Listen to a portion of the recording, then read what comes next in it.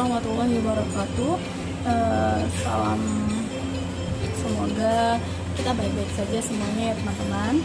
Oke adik-adik, hari ini sebelum kita melakukan praktikum, alangkah baiknya kita melakukan doa agar diberikan kemudahan dalam kalian menyimak materi yang telah kami siapkan.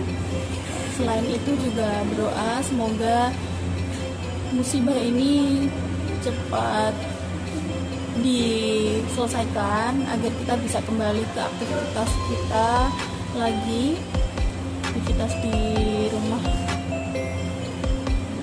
yang tadinya sekarang kita di rumah aja, kita bisa kembali beraktivitas seperti biasa. Yang biasanya di rumah ya seperti apa ya biasa di rumah, yang di kampus kita lakukan praktikum, kuliah dan sebagainya, dan berorganisasi. Semoga kita bisa kembali dalam keadaan seperti semula. Silahkan berdoa menurut agama dan kepercayaan masing-masing. Berdoa mulai.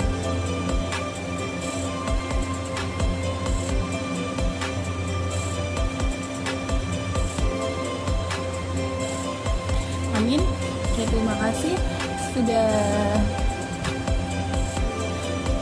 mengikuti praktikum kali ini. Kali ini kita akan melakukan praktikum penetapan atau penentuan kadar gula reduksi dengan metode Low School. Berarti di sini yang akan kita tentukan adalah gula. Oke, kalau misalkan kita berbicara mengenai gula itu kan ada banyak ya. Gula itu bagian dari karbohidrat. Nah, gula itu ada yang bentuknya monosakarida, disakarida, dan polisakarida. Nah, kita gulanya yang gula akan kita tentukan adalah gula yang dalam bentuk monosakarida atau gula yang sudah tereduksi. Terus apa bedanya dengan gula yang biasa kita konsumsi? Itu sama, hanya bedanya kalau gula reduksi ini adalah gula dalam bentuk monosakarida. Nah, di sini penetapannya akan menggunakan metode Low School. Metode Low School itu merupakan suatu kuprooksida dalam larutan yang nantinya akan direaksikan dengan KI.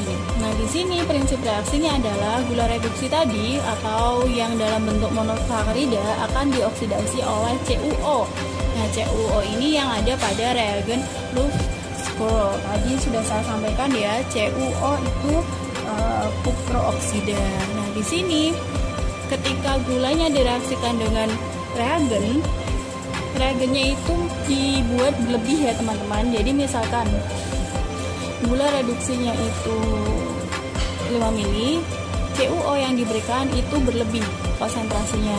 Nah, ketika berlebih berarti kan gula reduksinya sudah semua bereaksi dengan CuO. Nah, ada CuO yang tidak bereaksi dengan gula. Nah, kelebihan CuO ini akan direaksikan dengan KI. KI itu apa? Kalium iodida. Nah, ketika CuO ini yang tadi berlebih direaksikan dengan KI akan terbentuk iodida, diiodida atau iodida I2 ya.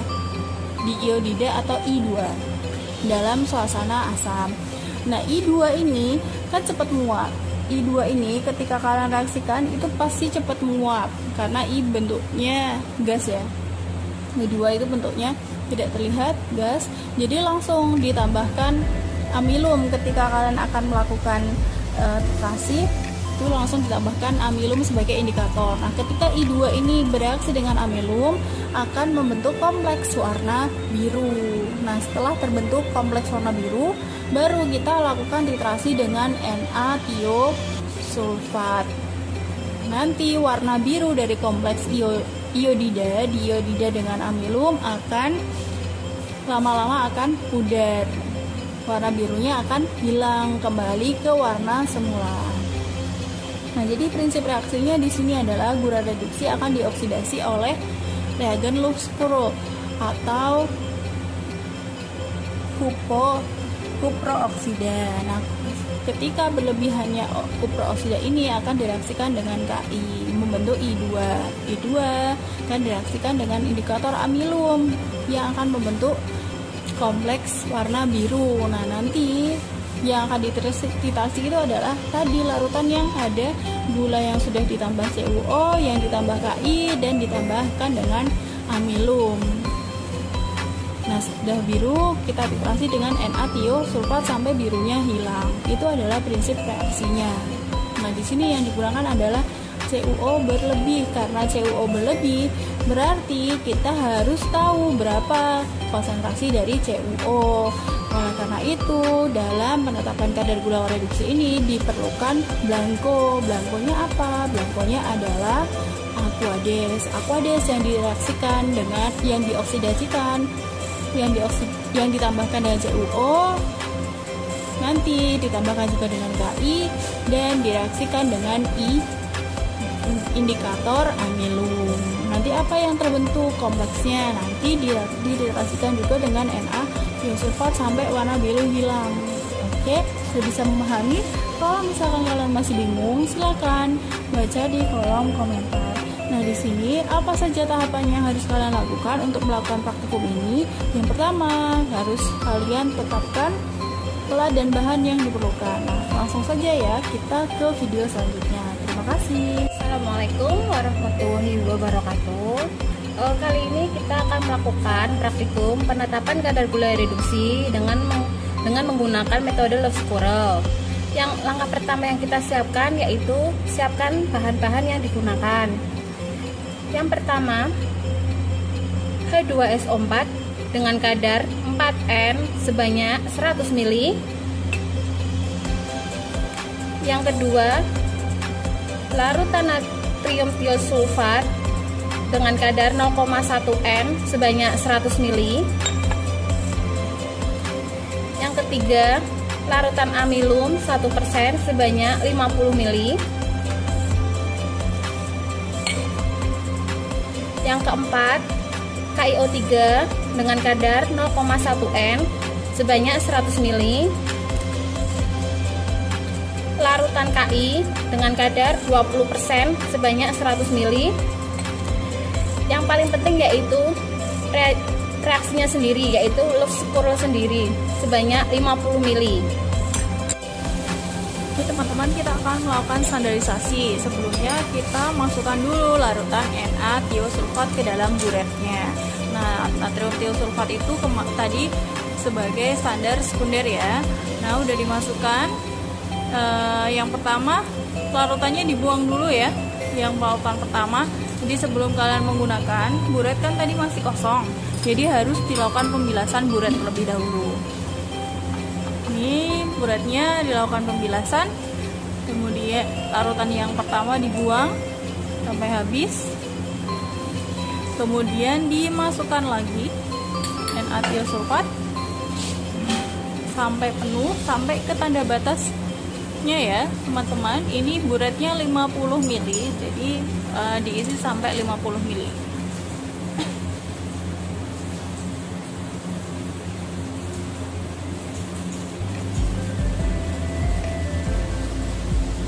Hati-hati ya teman-teman, cara yang baik sebaiknya hati-hati, jangan sampai yang bawah terkena oleh air dari standar sekunder kalian. Nah, cara yang lebih baik adalah kalian menurunkan dulu di tempat yang rendah, baru kalian bawa kembali ke atas meja. Sini, oke, sudah. Kemudian kita akan melakukan titrasi. Nah, titrasinya tadi sudah disiapkan standar primer yang ditambahi dengan CuO. Oke teman-teman, bisa kalian lihat di buku petunjuk praktikum ya. Kita akan melakukan standarisasi menggunakan larutan standar primer KiO3. Nah, apa yang dimasukkan dalam proses standarisasi ini? Jadi KiO3 ini sebagai penggantinya gula reduksi yang telah dioksidasi oleh CuO. Nah, di sini KiO3 ditambahkan dengan Ki, CuO3 ditambahkan oleh Ki, kemudian ditambahkan dengan asam. Nah, di sini KiO3 setelah ditambah dan Ki setelah ditambahkan dengan asam akan terbentuk I2. Nah, untuk mengantisipasi ini harus langsung ditambahkan dengan amilum sebanyak 1 mili sebagai indikator. Oke, setelah ditambahkan terbentuk warna merah orange ya, merah. Terus ini ada proses terjadinya pembentukan I2. Nah, ini harus langsung ditambahkan amilum karena ini di atasnya juga harus ditutup ya dengan aluminium foil agar menghindari I2-nya hilang, karena I2 ini mudah menguap. Jadi ketika menguap nanti kalian tidak bisa mendapatkan I2 lagi yang akan bereaksi dengan amilum. Oke teman-teman, ini adalah tambahan reaksi antara KiO3 dengan Ki. Nah, tadi terbentuknya warna kuning muda. Nah, sekarang sudah ditambahkan asam. Nah, ketika dalam keadaan asam ini nanti akan terjadi reaksi. Nah, sebelum ditambahkan amilum, dititrasi menggunakan NaCO dulu sampai warnanya kuning muda. Jadi bisa diperhatikan ya, tadi yang warnanya kuning muda kemudian jadi warna merah coklat, kemudian akan kita titrasi.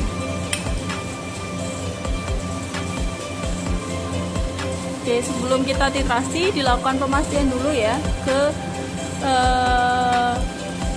berapa volume yang tertera.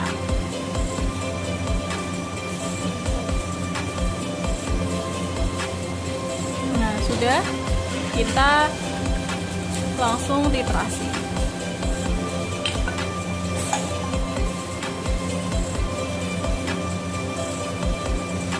Nah, titrasi pelan-pelan sampai berwarna kuning muda.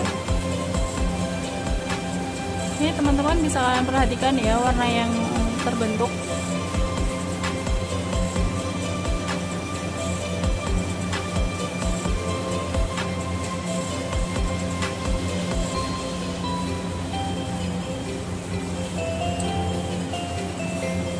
Jadi kalau kalian titrasi ini harus hati-hati. Jadi apalagi ketika pertama kali, kalian harus pelan-pelan dulu, karena ketika kalian terlalu banyak menetaskannya nanti akan cepat reaksinya, dia akan kehilangan momen perubahan warnanya. Ini sudah mau berubah ya teman-teman, dia sampai kuning muda. Ini sudah mulai kuning muda. Oke, sudah mulai kuning muda. Setelah kuning muda baru ditambahkan dengan indikator Ki. Jangan lupa dicatat tadi berapa volumenya yang dihabiskan.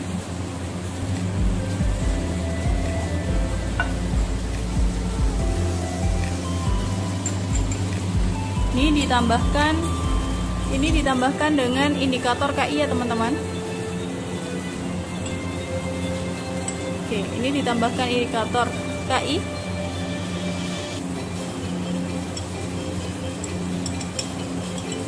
Terbentuk warna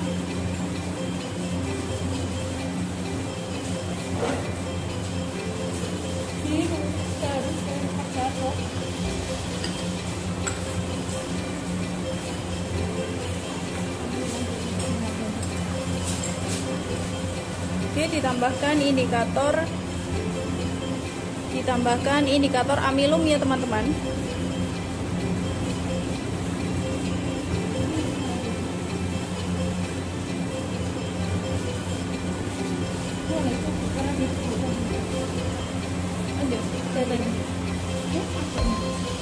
Oke, ini setelah dikocok, setelah digojok, terbentuk perubahan warna ya. Ini agak semu-semu, kelihatan sedikit-sedikit biru ya. Kalau kalian lihat, ini ada sedikit warna biru. Nah, warna biru yang terbentuk ini karena adanya kompleks I2 dengan amilum.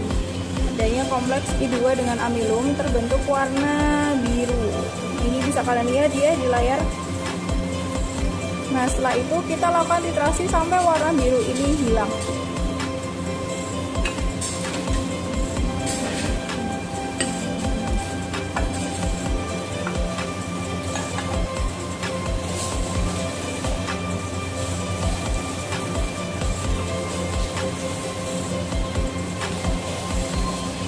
konsentrasi sampai warna birunya hilang.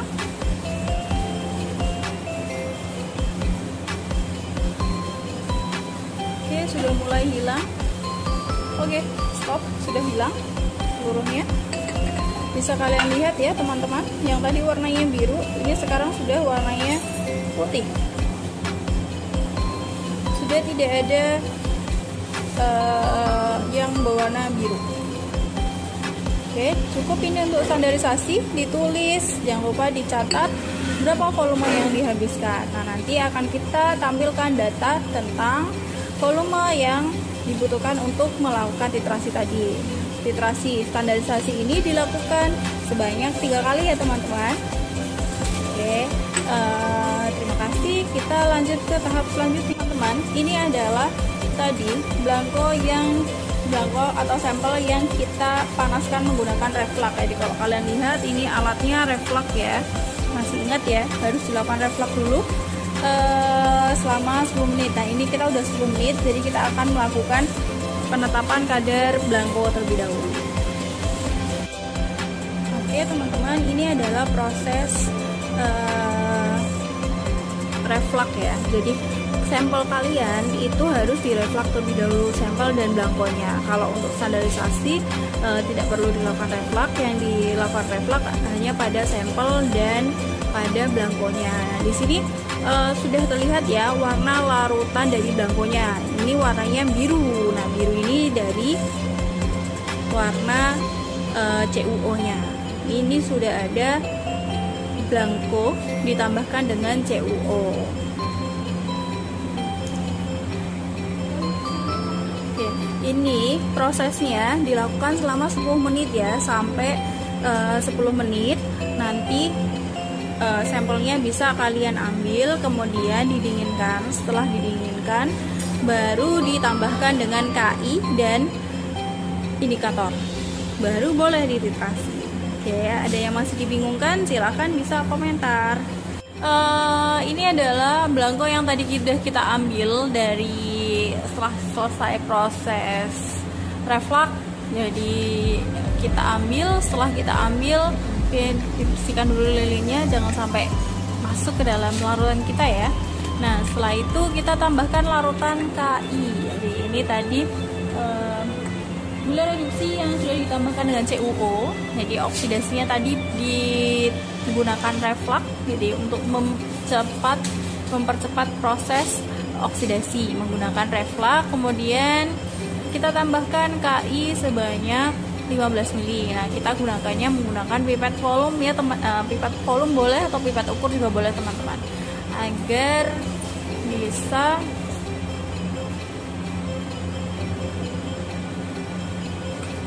karena kita pekerjaannya adalah pekerjaan kuantitatif, jadi kita harus menggunakan alat-alat yang memiliki ketelitian tinggi. Sudah diambil 5 ml, dimasukkan.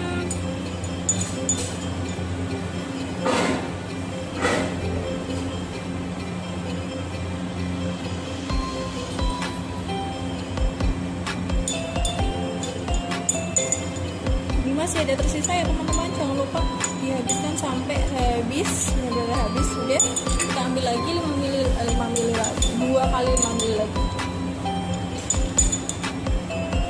Habis, kita ambil lagi 5 ml lagi.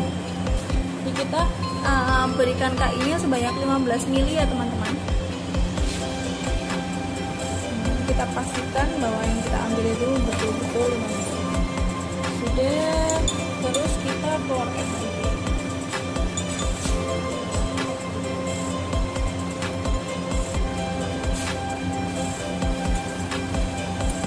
Oke, sudah, kita satu kali lagi teman-teman.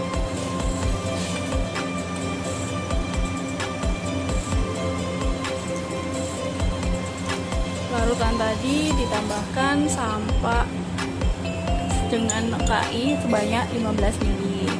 Nah, sudah ditambahkan 15 ml, baru kita tambahkan. Oke, hati-hati ya teman-teman, jangan sampai terjadi seperti yang ada di video tersebut tadi. Ketika kalian mengeluarkan, jangan sampai berada di jangan menyentuh ke ke dalam larutan. Kalau misalkan terjadi seperti itu, pipetnya harus kalian cuci dulu ketika kalian akan menggunakan lagi. Oke, ini sudah dicuci ya. Kita dicuci dulu. Dan tahap selanjutnya adalah penambahan H2SO4 sebanyak 20 ml. Kita gunakan pipet volume ya teman-teman. Kalau yang awal tadi itu kita sudah menyiapkan terlebih dahulu sebelumnya, kemudian dimasukkan ke gelas ukur. Nah kalau ini belum kita siapkan, jadi kita ambil langsung menggunakan pipet volume. Kita ambil 20 ml, kemudian dimasukkan ke dalam sampel. Nah ini berarti tadi ada apa? Ada gula yang telah dioksidasi menggunakan CuO, sudah ada Ki, dan ditambahkan dengan H2SO4. Jadi nanti akan terjadi perubahan warna. Oke, kalau bisa kalian lihat ya teman-teman, warna yang terbentuk itu adalah warna udah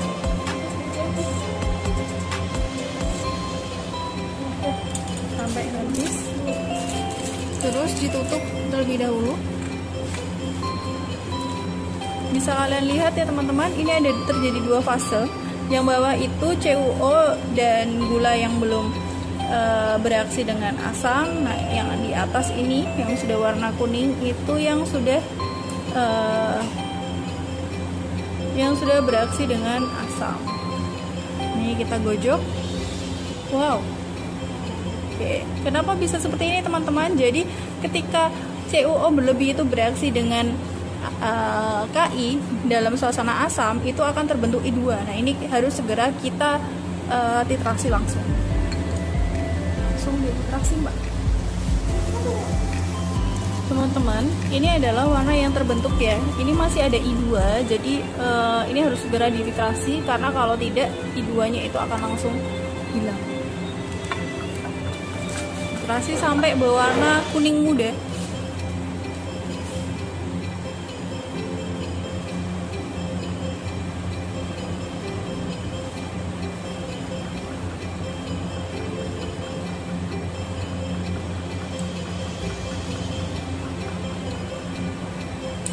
Nah ini sudah agak kuning muda, kuning pucat. Kita tambahkan indikator terlebih dahulu.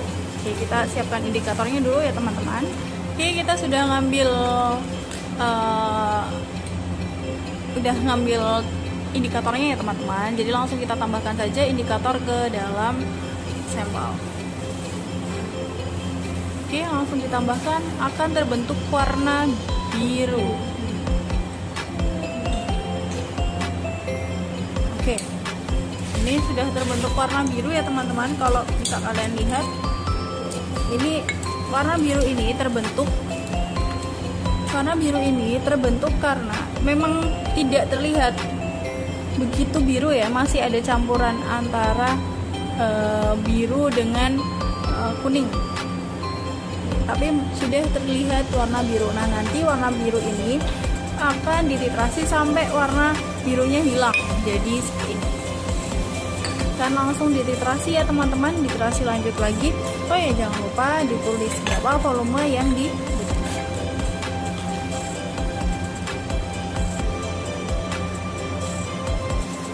Oke, dititrasi lagi sampai warna biru hilang, atau warnanya jadi kuning ya, hanya kuning, tidak ada warna biru.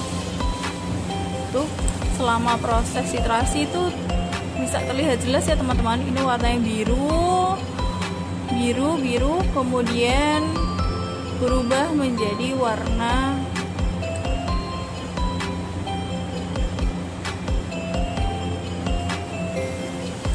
putih. Nah kita titrasi ini sampai warna birunya hilang.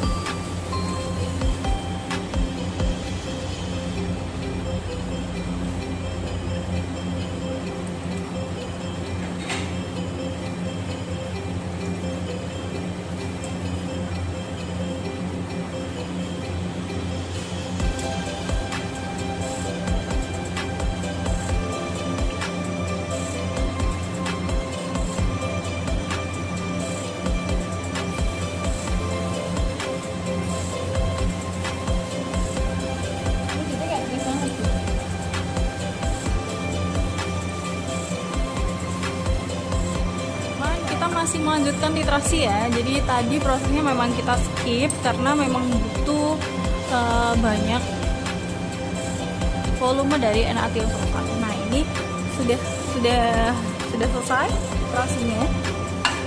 Jadi bisa kalian lihat perbedaannya ya. Ini sudah tidak ada warna biru yang terbentuk. Ini putih semua.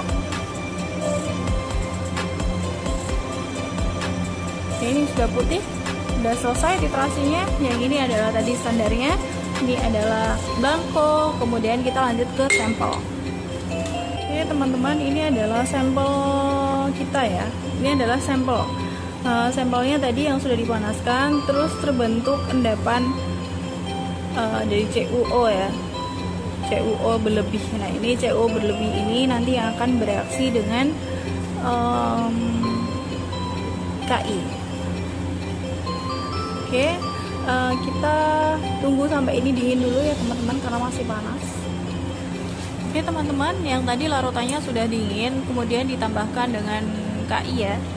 Jadi kita siap-siap buat menutup KI-nya, karena KI ini ketika sudah bereaksi akan membentuk I2. Nah, ini I2-nya nanti yang beresiko dia akan terlepas. Ini berbeda dengan yang tadi ya teman-teman. Kalau yang tadi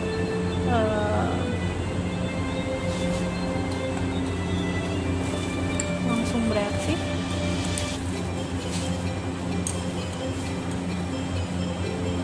Tambahkan lagi.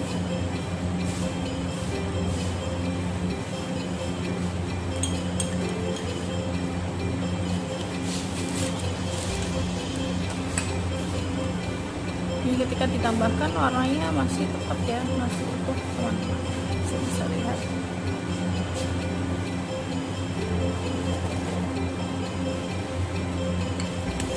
Nah, penambahannya sebanyak 15 ml. Jadi 3 kali penambahan ya.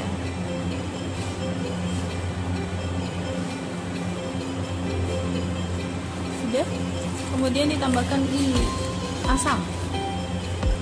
Ketika ditambahkan asam itu nanti akan terbentuk I2. Nah, ini yang harus kita waspadai karena nanti kalau I2-nya lepas, karena dia bentuknya gas ya teman-teman, dia terbentuk gas. Jadi kalau hilang berarti ketika kita menetapkan kadar ada yang hilang. Jadi kita tidak menghitungnya sebagai, tidak terhitung sebagai kadar kalau misalkan dia hilang.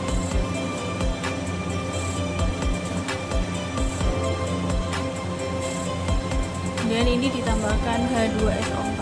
Diambilnya pelan-pelan ya teman-teman. Untuk teknik pengambilan kalian sudah mengerti kan? Kalau misalkan belum mengerti, nanti pas praktikum kalian bisa minta bantuan mbak-mbak ini asdosnya untuk memberitahukan kalian bagaimana cara menggunakan pipet yang baik dan benar. Kita harus memasukkan ini melalui dinding-dinding ya teman-teman. Jadi jangan langsung bisa bereaksi itu langsung terbentuk I2. Kalian bisa lihat buih-buih itu, jadi itu adalah I2 yang dihasilkan. Kita harus langsung tutup karena kalau tidak pasti akan langsung hilang.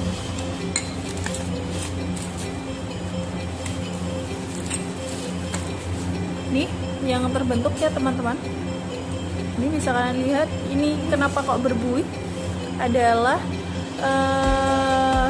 gas-gas I2 yang dilepaskan dari hasil reaksi antara kelebihan CuO dengan KI.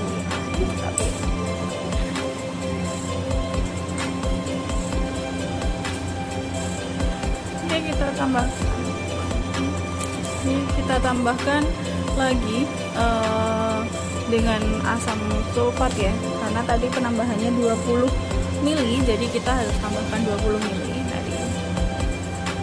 Nah setelah ini baru dititrasi menggunakan Na-tiosulfat. Nah ini sudah langsung kita gojok ya teman-teman. Nah sudah, ini banyak buih yang terbentuk.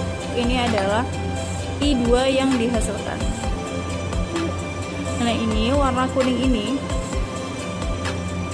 kita titrasi hingga warna kuningnya pudar menjadi kuning muda atau kuning pucat. Setelah itu baru kita tambahkan amilop.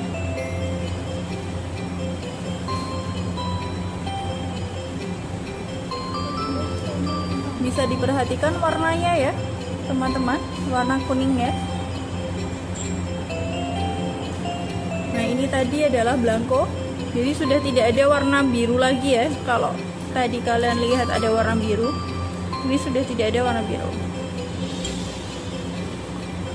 Ini sudah tidak ada warna biru. Ini kalau misalkan kalian ada bayangan biru, itu adalah bajunya mbaknya. Nah, ini udah keluar.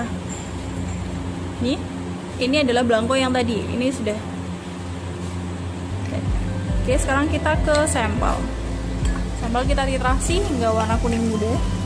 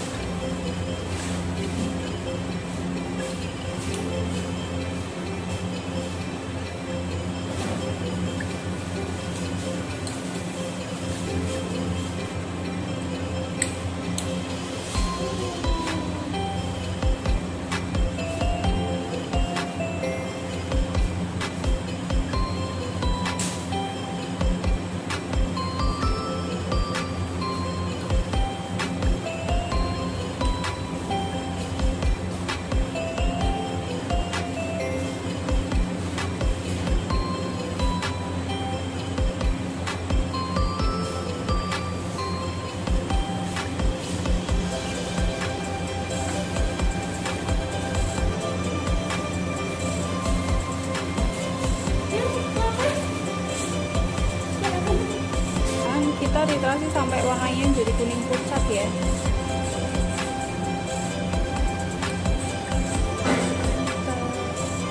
Oke, ini warnanya sudah agak kuning pucat ya teman-teman. Sudah tidak sekuning yang awal tadi.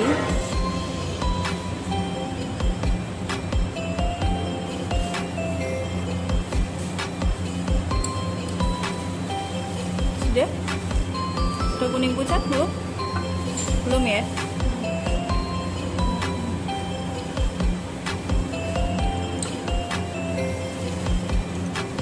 Kenapa kok kita perlu titrasi blanko juga? Jadi nanti kalian perlu ketahui ya, karena tadi yang dihitung adalah yang direaksikan dengan NaTiosulfat itu adalah kelebihan CuO. Jadi kita perlu bantuan blanko untuk mengetahui berapa sih sebetulnya CuO yang bereaksi dengan NaTiosulfat. Karena yang kita butuhkan adalah kadar dari gula reduksinya. Nanti ketika kalian ingin menetapkan kadar, jadi yang kadar yang dihitung adalah volume yang dihitung adalah volume blanko dikurangi dengan volume NaTiosulfat untuk titrasi blanko dikurangi volume NaTiosulfat untuk titrasi sampel. Oke, ini sudah kuning pucat ya teman-teman. Kemudian akan kita tambahkan amilum. Jadi teman-teman, ini proses pengambilan amilumnya ya. Amilum yang ditambahkan 4 mili ya. Karena tadi sudah dilakukan optimasi. Kalau 1 mili saja tidak cukup, jadi ditambahkan 4 mili. Ini 4 mili.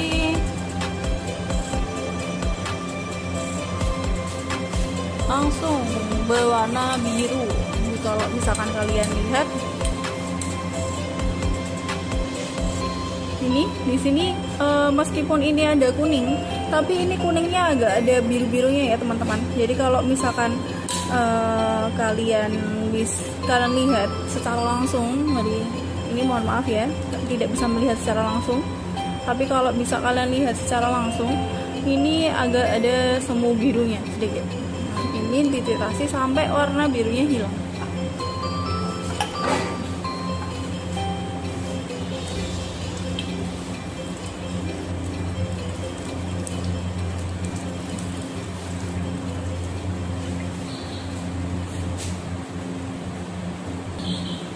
Ini udah hampir ya teman-teman, udah warna putih sampai jadi seperti ini.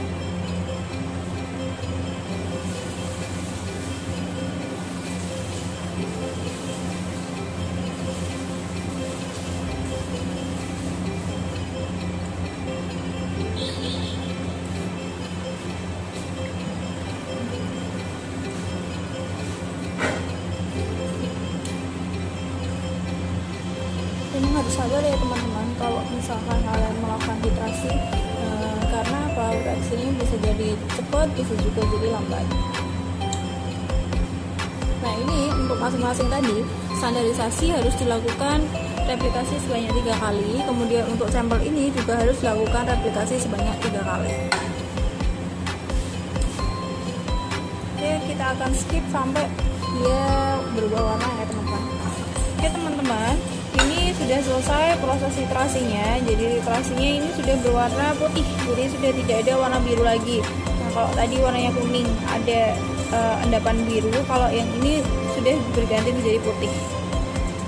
Ini kalau lama-lama diendapkan nanti ada terbentuk endapan putih sama seperti yang tadi.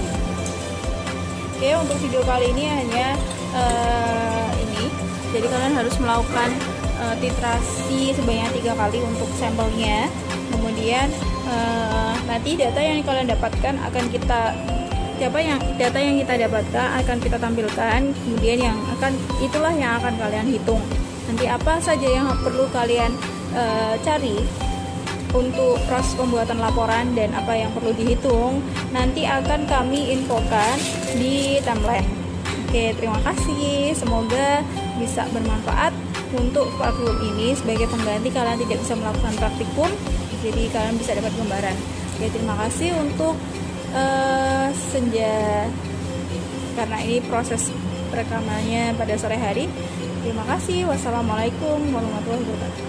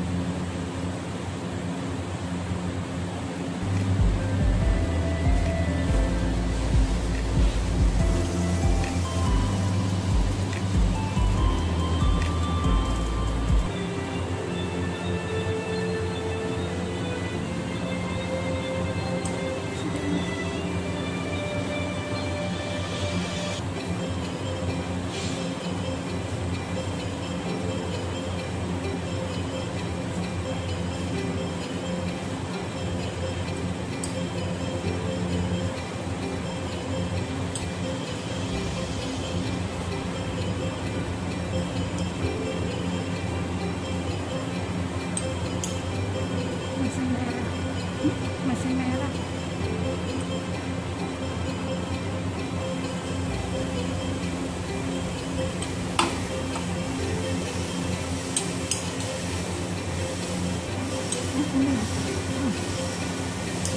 Hati-hati, jangan.